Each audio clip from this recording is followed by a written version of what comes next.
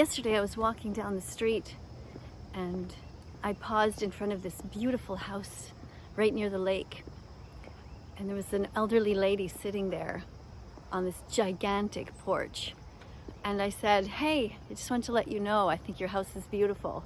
I always walk by it and admire it. It's so cozy looking." And she said, "Oh, come over, come and sit on the porch. Would you like some lime water?" And I said, "Oh, sure, thanks." And then we sat and talked for, I don't know, maybe an hour or something. She told me all about her life and how she lived alone and her husband had died and how she'd survived cancer, and she looked very in good shape. She said she was 77 years old and she had a little dog. She seemed a bit lonely, I guess. I don't know. Anyway, she seemed interested in having some company.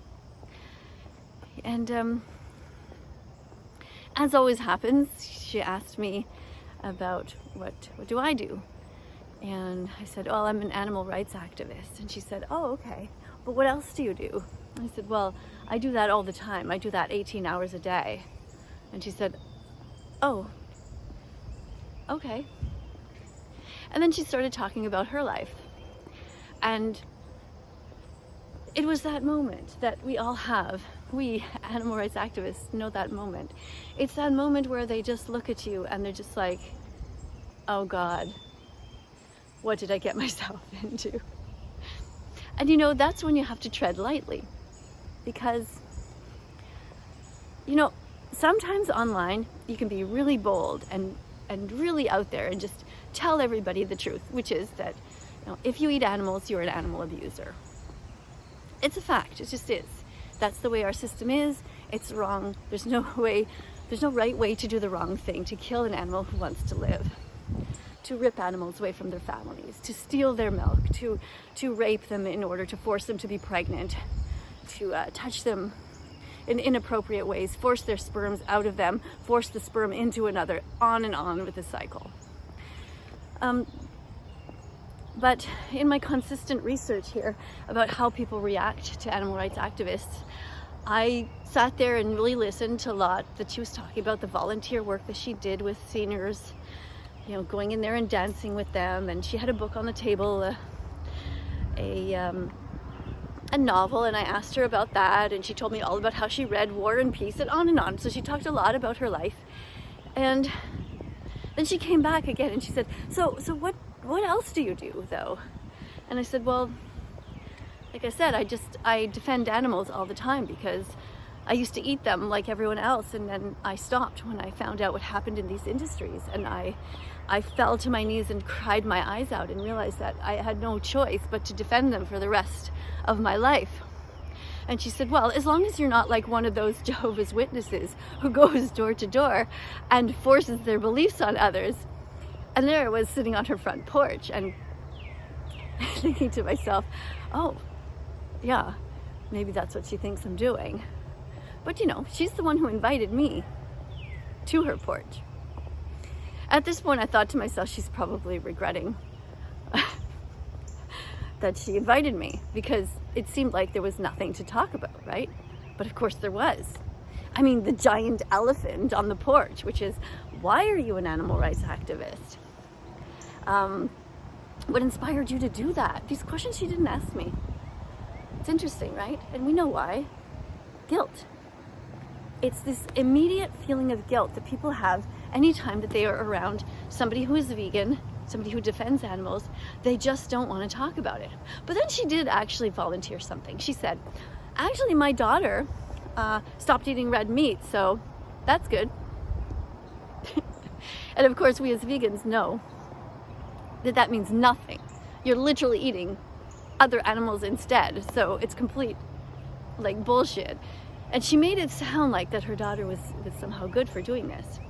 And then she started on with this story. She said, well, my daughter went out west to see some family members, and they put this big steak in front of her, and she said, Mom, I really didn't want to eat the cow, but I went ahead and had the steak anyway, and because I didn't want to hurt their feelings. And so this elderly lady who's 77 said, I was really proud of my daughter because she was really kind to those people who made that meal, who fried up that dead body with love. So I stayed quiet.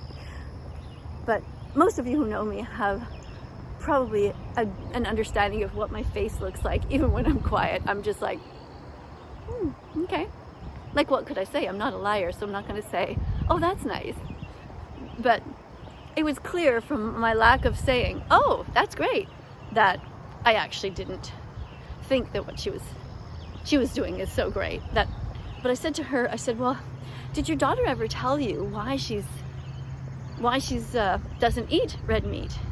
I mean, does she eat other animals? And she said, well, yes. And I said, well, oh. And she said, did she ever tell you then why she doesn't eat meat? Just, no, I never really asked her. I said, well, it must be just because, red meat has some properties to it, cholesterol and fat, that she probably just does it for herself. It's for health. And she said, oh, well, I don't know, maybe. And, but we did manage to keep the conversation going. Then we ended up leaving, and I thanked her for her hospitality. And I do believe that a seed was planted. I do believe that she got one of the 100 clicks that I talk about. It takes 100 clicks until somebody becomes vegan. But my main point is to say that no matter what age you are, no matter what age of a person that you meet, there will always be this resistance. Vegan phobia is absolutely everywhere. In my research here, no matter how I act, I can be the sweetest person ever. I can be a complete bitch about it. I can do it in a subtle way. No matter what, vegan phobia is real. It's a form of prejudice, and it's wrong. And what's important is that we have this ability to look deep into ourselves. What are we doing? How are we treating the animals? And how can we change? And how can we be less afraid of people who are vegan? How can you change? How do you change?